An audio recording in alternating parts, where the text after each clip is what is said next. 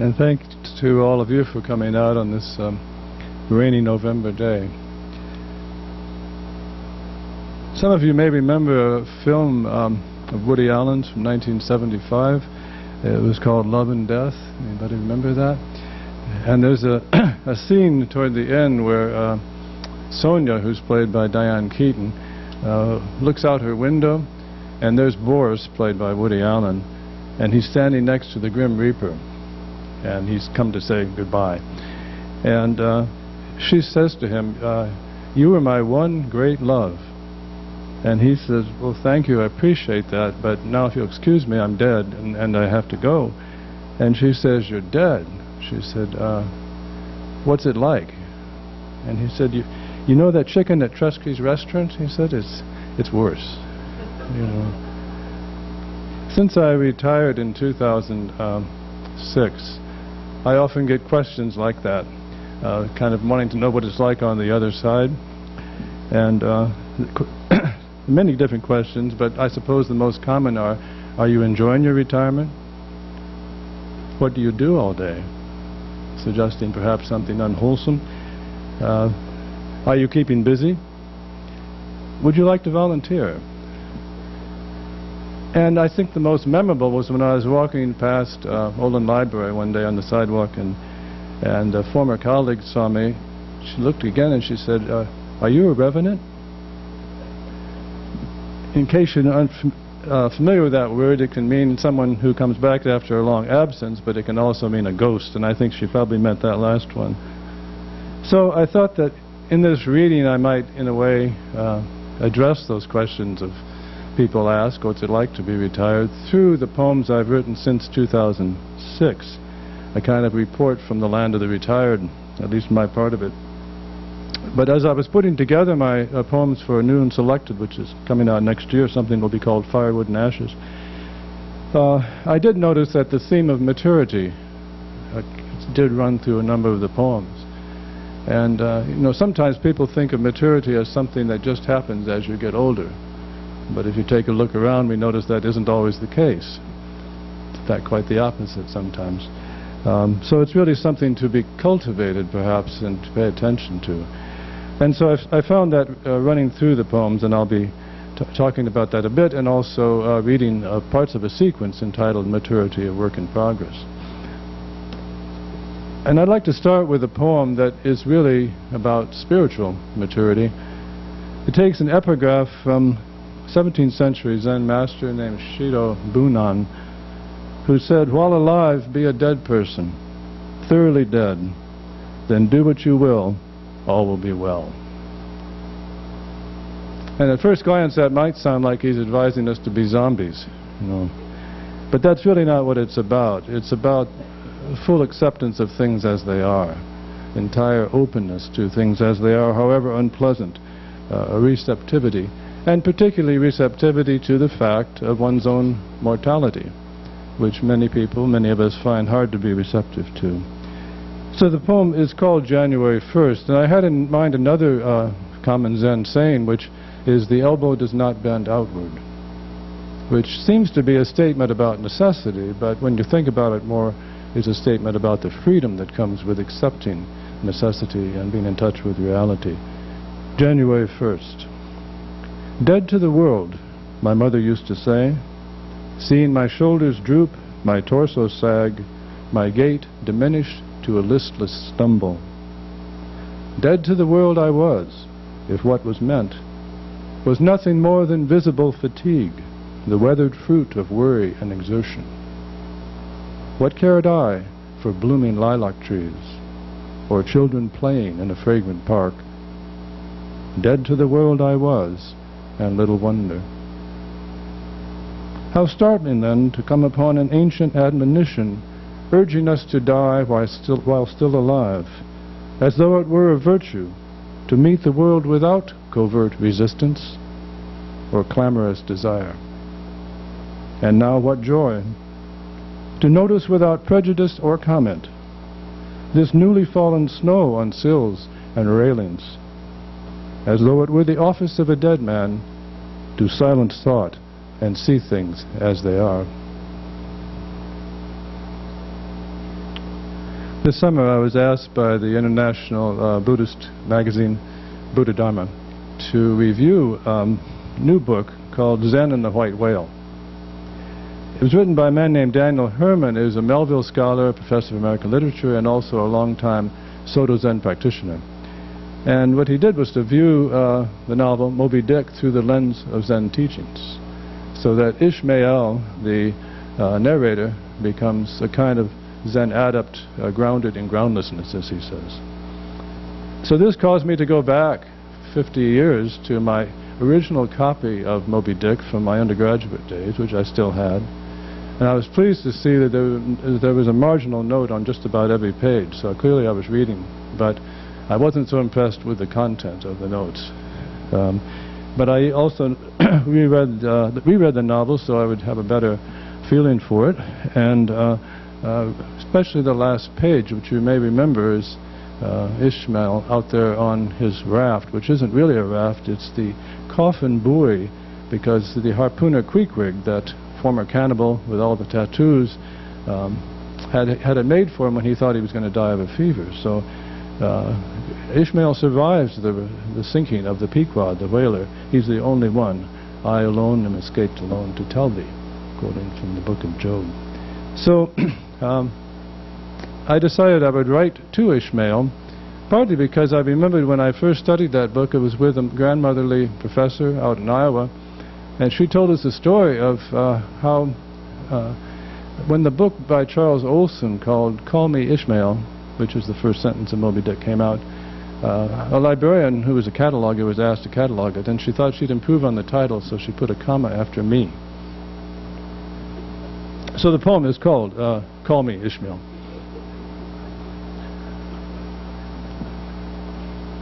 I know it may be hard for you out there on Queequeg's coffin buoy, the waves lapping at its sides, the sun beating on your skin, to conjure out of empty air the image of an aging man in a distant future century, rereading after 50 years your tale of loss and liberation.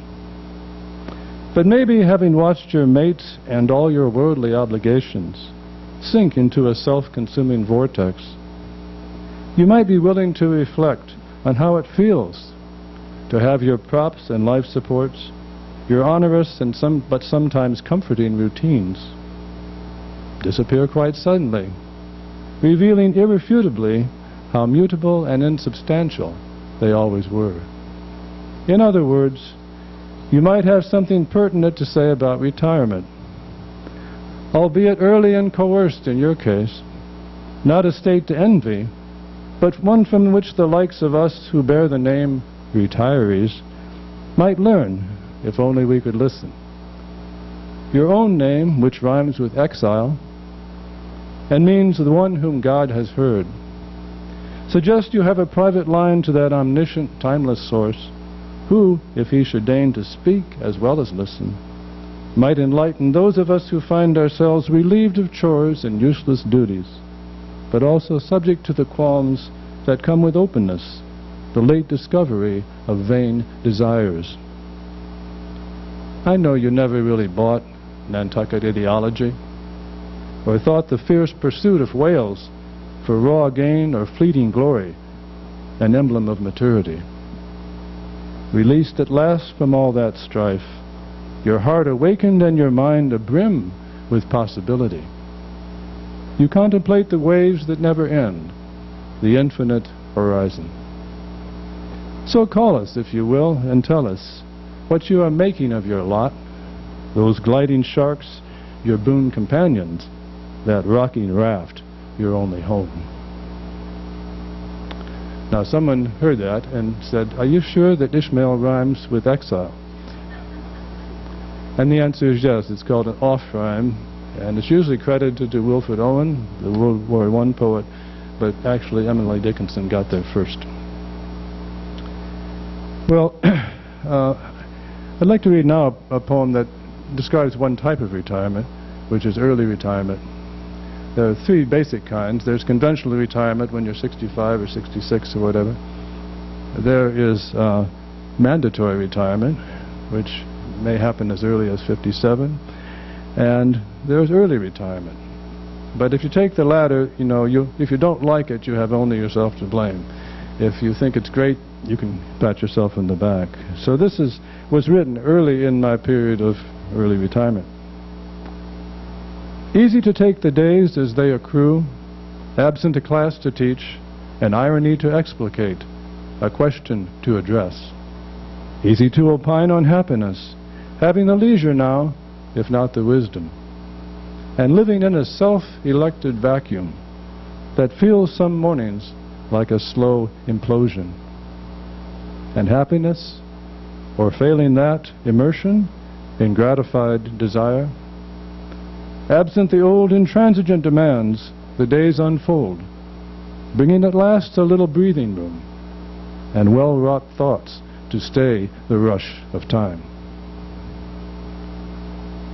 Now that phrase may surprise you, the rush of time, because you might think of retirement as a place where you have all the time in the world, and in part that's true. But as you may notice, as you get older, your time seems to accelerate.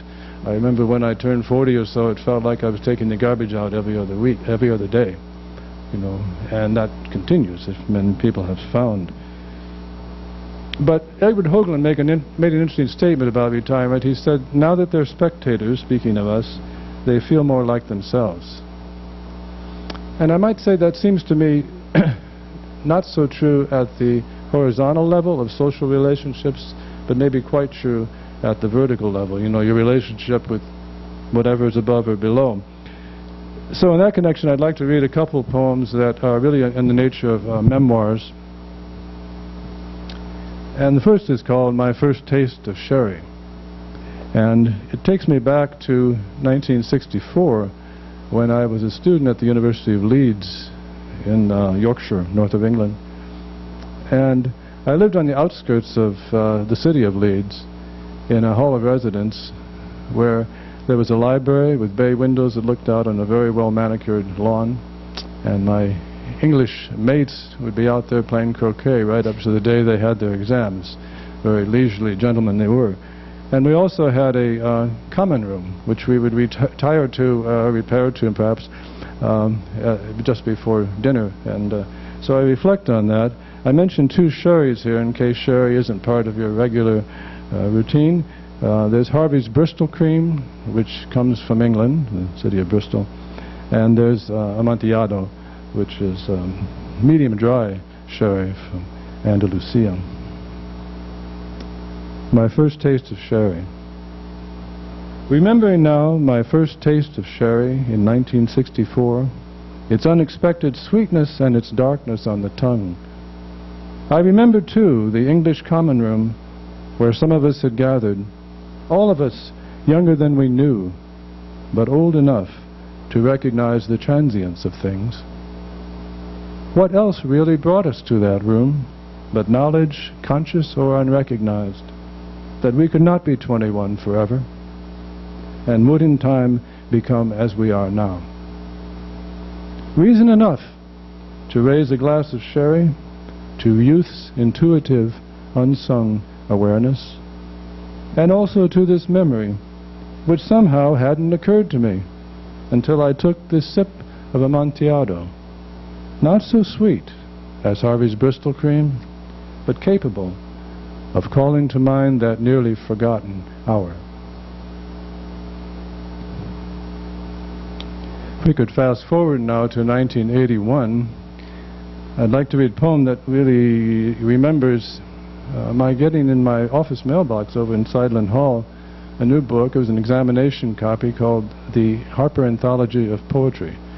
And the editor of it was John Frederick Nims, who was also the current editor of Poetry magazine and knew the poetry scene very well. And in one stroke, which seemed designed to make as many enemies as he could in the politically charged poetry world, he included at the back of it a 2-page spread image of what he called a galaxy of contemporary poets, which was bad enough because some people are going to be left out. But then he had the names of the poets in white Helvetica type, but they were different fonts to correspond how important they were. So what do you do when the editor has told you you're not unknown and you receive that, what's the first thing you're going to do, of course? That's what this poem is looking back on. It's called Magnitude. This evening, as I look out on those stars of sundry magnitudes above the tree line, I'm thinking of the morning decades past when a book arrived unbidden in my mailbox. A new anthology of poetry. It featured in the back a black and white 2-page image of a nighttime sky. A galaxy of poets, it was called. Each poet's name in white Helveticum. Its font determined by the poet's stature. Truth to tell, vanity prevailed, and after a time I found my forlorn name in the smallest possible font, and worse than that, barreling toward the crack between the pages. I'm sorry to report that I was miffed, though now 30 years on I have to wonder why I wasn't pleased, or better gratified, to be present in that company at all. What is maturity if not this knowledge, however incomplete, that rest will come only when that lust for magnitude is seen for what it is? I read them now, those names that might be avenues or lanes, crescents or thoroughfares, and note how many major or minor stars have since departed, leaving behind their names, which even now retain a glow of consequence and ardor. Where have they gone, I ask, imagining a universe where all are of a piece, and all bright stars of equal magnitude. One of the stars at that time was the poet William Stafford. And he was known, he was a very prolific poet, and he was known in part for his poems, particularly a poem called Traveling Through the Dark, which was in many anthologies. He read here at Alfred. He was very tired of that poem by that time, but he did read it.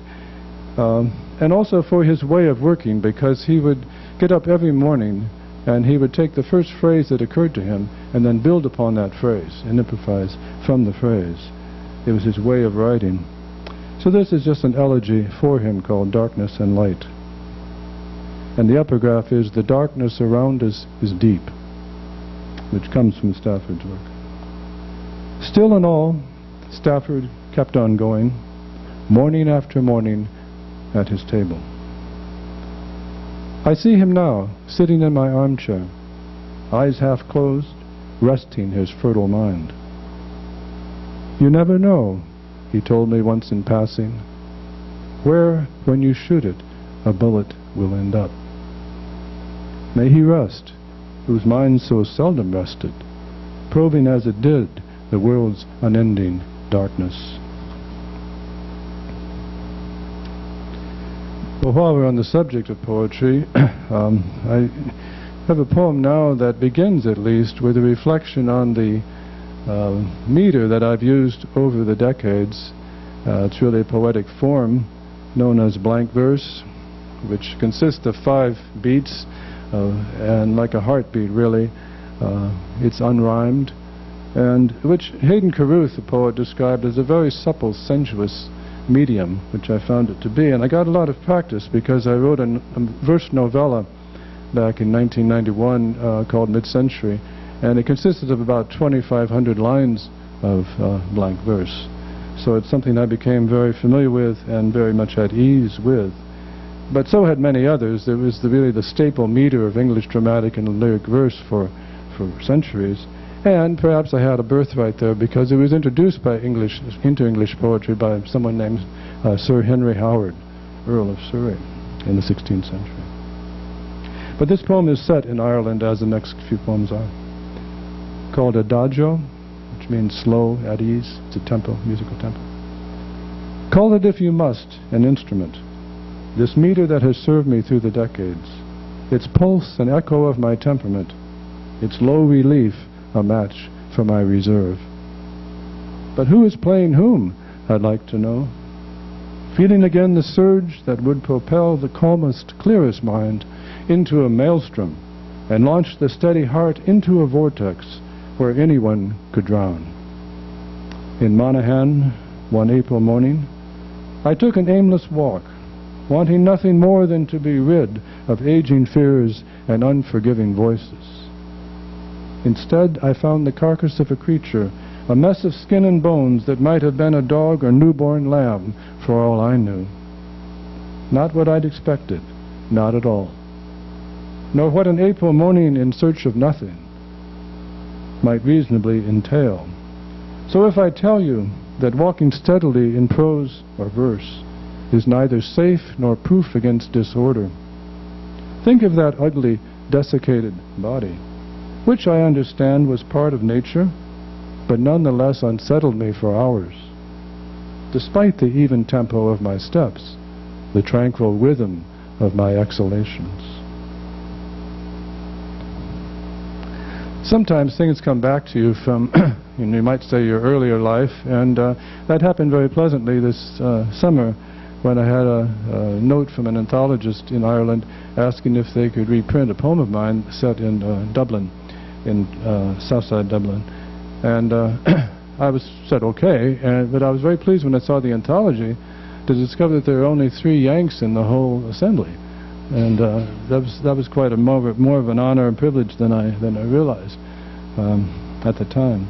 But this is a part of Dublin that I was surveying, in part because I had been so cognizant of all the changes that had occurred in that city from my first visit in 1985. This was, I believe, 2008. Take a walk down South Great George's Street, where seedy bars and not-so-great hotels consort with trendy restaurants and shops, and India commingles with Japan. Here is a laundry, there an Oxfam outlet, and everywhere the crowds, the jostling shoulders, the cell phone bleating from a stylish belt. Tonight we'll dine at Yanamori Noodles, tomorrow eat panini at the Bailey, or chicken tiki at the Shalimar. What has become of that revered, imagined Dublin of O'Brien and O'Whelan? Its taste as Irish as a ball of malt. Look for it in Liverpool or Boston, or conjure it yourself from pints of Guinness. But here beware of Vespas when you cross the street that's no more Irish than its name, where traffic comes in rolling tidal swells, but now and then grows still, as if recalling the ochre ethos of a slower time.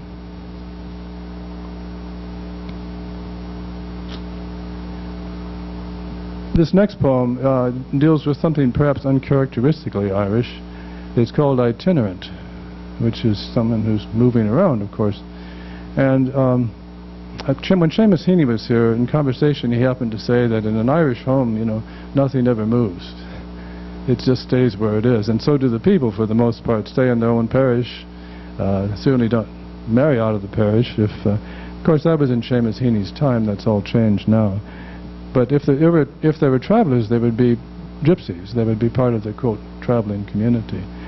I'm not sure if the character in this poem is or not, but his name is Seamus Mahan, and he's the itinerant. Ask why the past so occupied his mind. Seamus Mahan would offer the one reply: not enough is happening in the present. A man without a home, he seemed to me, though now I hear he doesn't go anywhere. Always the avid traveler and the lover, he rarely paid attention to the lines that separate one household from another, and keep apart the souls we might embolden from those we would do well to leave alone. Not that he was foul or ill-intentioned, rather that he failed to comprehend the havoc and the hurt he often wrought, being more the constant dreamer than the scoundrel. What does he dream of now, I have to ask, the past being gone, the present void of wonder.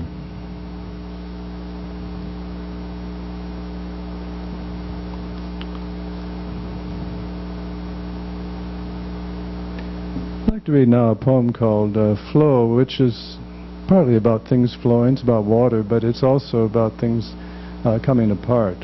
To put it in a positive way, entropy. And it had to do with 2 things that happened in 1 year, which is that our roof started to leak pretty badly, and our foundation did at the same time. So above and below we had problems. And about $10,000 later we had restored order to our home. but at least produced a poem out of all that. You know, there's something to be said for that. Intelligence, it seems, is neither warder nor wise protector when it comes to houses. Listen if you can to water seeping into your old foundation.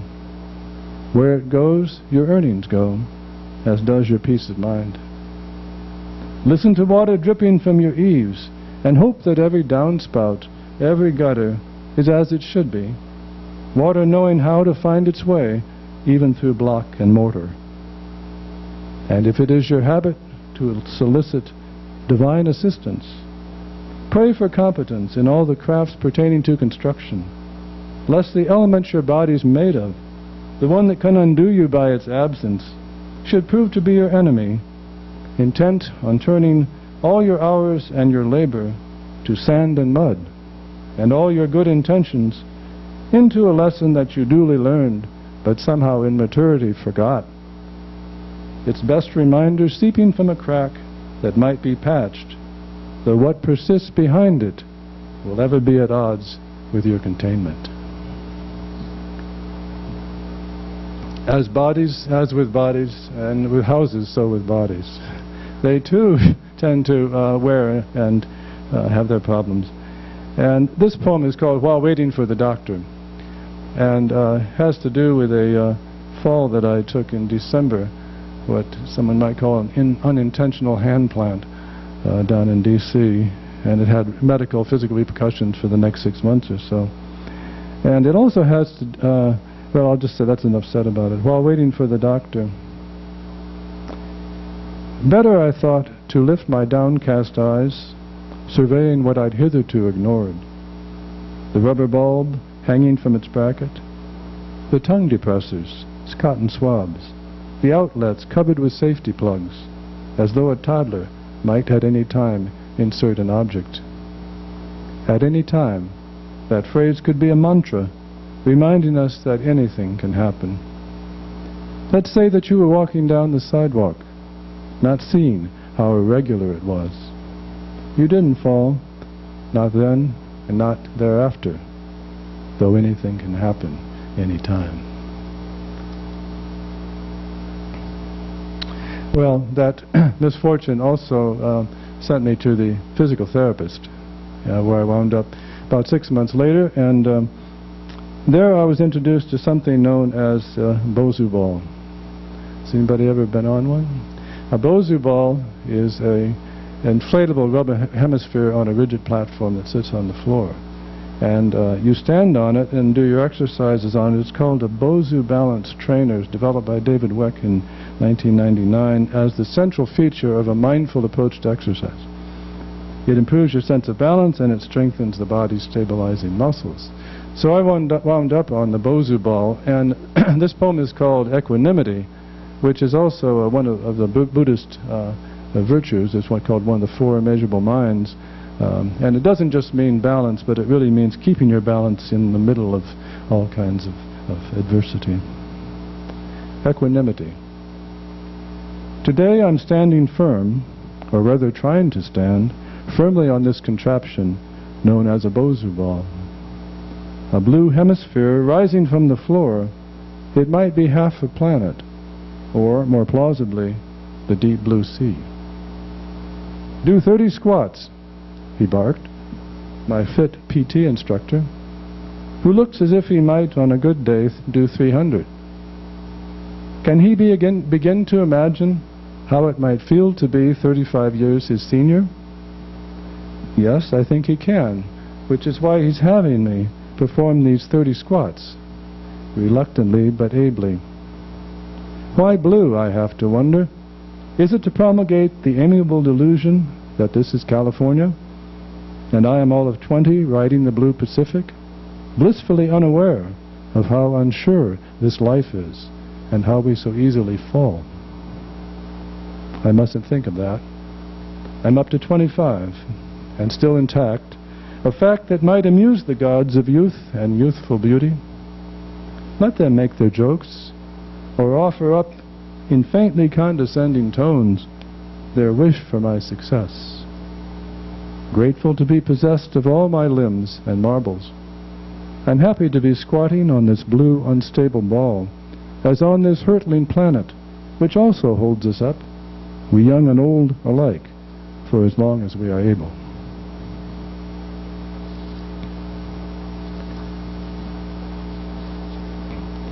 Well, I'd like to read now just 4 poems from that longer sequence, Maturity, a Work in Progress. My son married in 2011. He was born in 1976. He was the offspring of my first marriage, which ended in 1980. And as was the case for many people at that time, he ended up many hours away from me. So our time together was periodic and very important, but it wasn't continuous.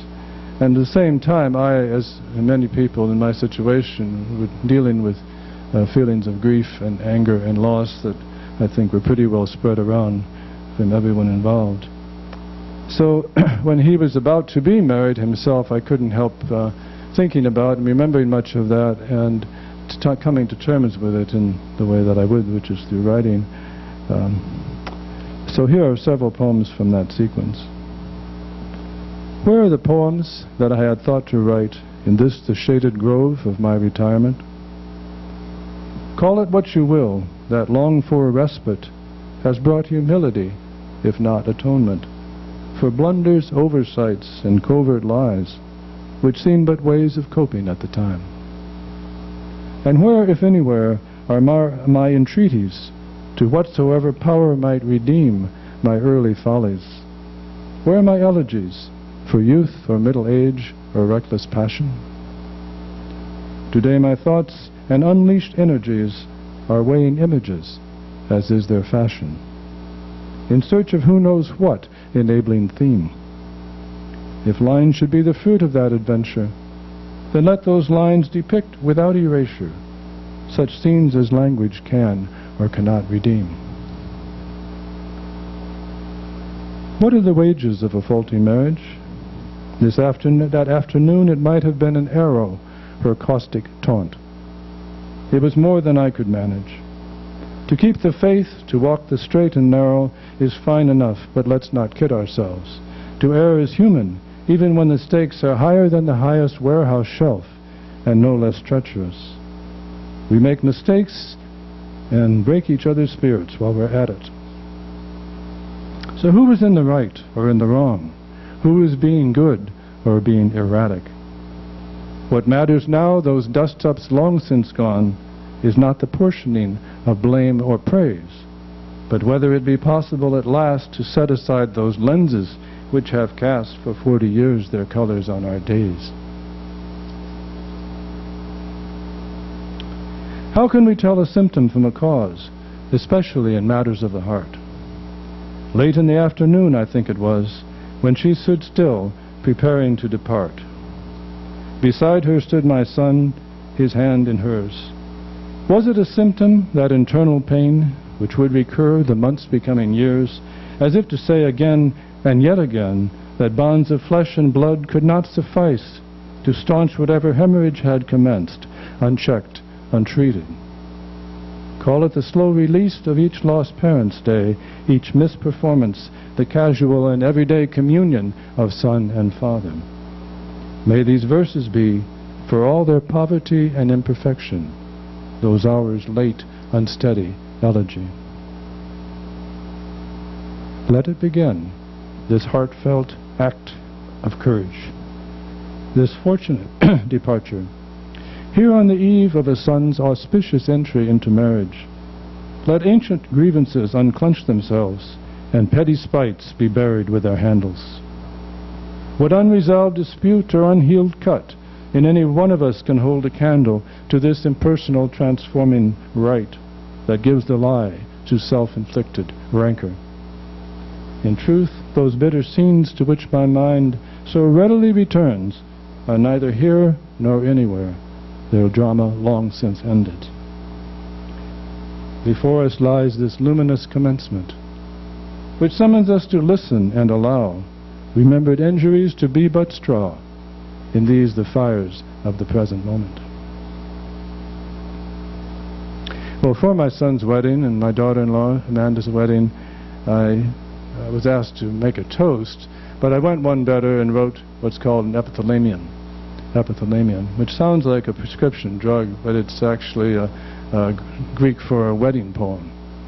And it was called What Is This? And it took its title from a question posed by a 14th century Zen master, Basui Tokusho, who asked us to say all the time, whatever we meet, what is this? Followed by, I don't know. What is this? I don't know. It's a way of questioning so that you begin to question the nature of mind as well as what the thing is you are looking at. When we took a leisurely walk around your neighborhood one Sunday afternoon, we paused at a stranger's yard. What caught your joint attention was itself a stranger, a green globule of fruit suspended from a vine. You stopped to study it, questioning again and again what it might be, as though the mystery of all things yet unknown, unnamed, unclassified, had gathered in that yard. As indeed it had.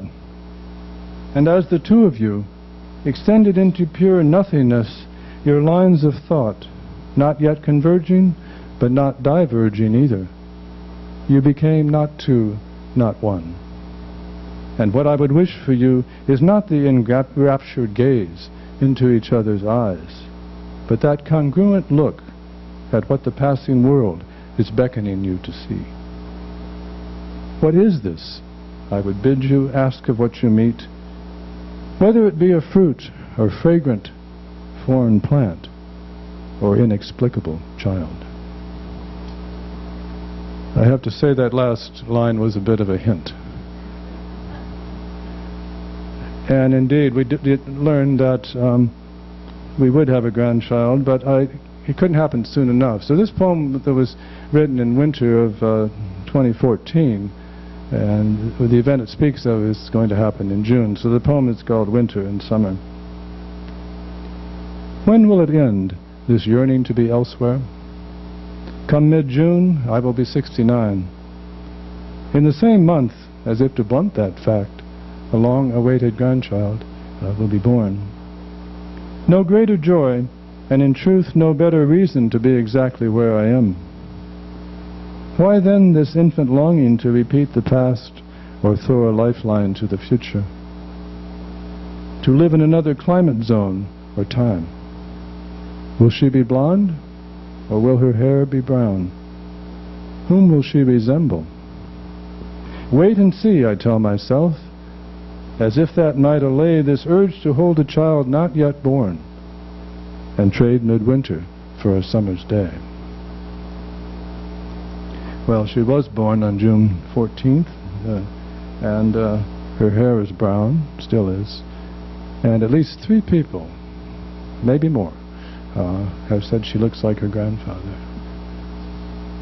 And her name's Allegra, and I had wanted to write one poem for her, so this is a very short poem because she's a very little girl, and it's only 5 lines long, but its central figure is the figure of Hote, whom you may have seen in Chinatown if you've been there. He's everywhere.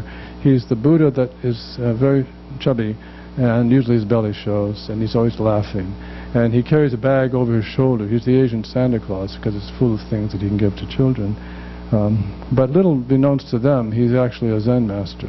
And when he's asked the question, what is the essence of Zen? He doesn't say anything, he puts his bag down. And then someone says, well, how do you practice Zen? Pictures his bag up and off he goes. No, you are not Hote, the laughing Buddha, though your belly and cheeks resemble that generous, carefree bagman who thought the world was funny. And in fact, she uttered her first belly laugh in October when she was 4 months old, and it was prompted by her grandmother, who's married to me, being goofy and prompting her to laugh. And in that spirit, I'd like to read one last poem, which is kind of a jeu d'esprit. It's kind of a silly poem, really, no use at all. But it does have some relevance to what's been happening in the sports world, where the names of teams have become the center of sometimes a political controversy. And with apologies to Bill and other baseball fans, I'll read this sacrilegious poem. It's called Batter Up, and offers kind of a solution. What if the baseball teams were named for flowers? Think of the possibilities. The Philadelphia Phlox, the Louisville Lavenders, the Cincinnati Snowdrops. Nothing would be ruled out. Not the Pittsburgh Pansies or the Albuquerque Cacti. Not the Brooklyn Tulips or the Cleveland Peonies, the Boston Rhododendrons or the Washington Hydrangeas. How changed our world would be. No more names of beasts or predatory birds, indigenous populations or articles of clothing. Only the New York mums, the LA bougainvilleas, and all the other species in colorful uniforms, spreading joy on beauty on 46-inch screens and entering their names into our raucous bars, our summer conversations. Thank you.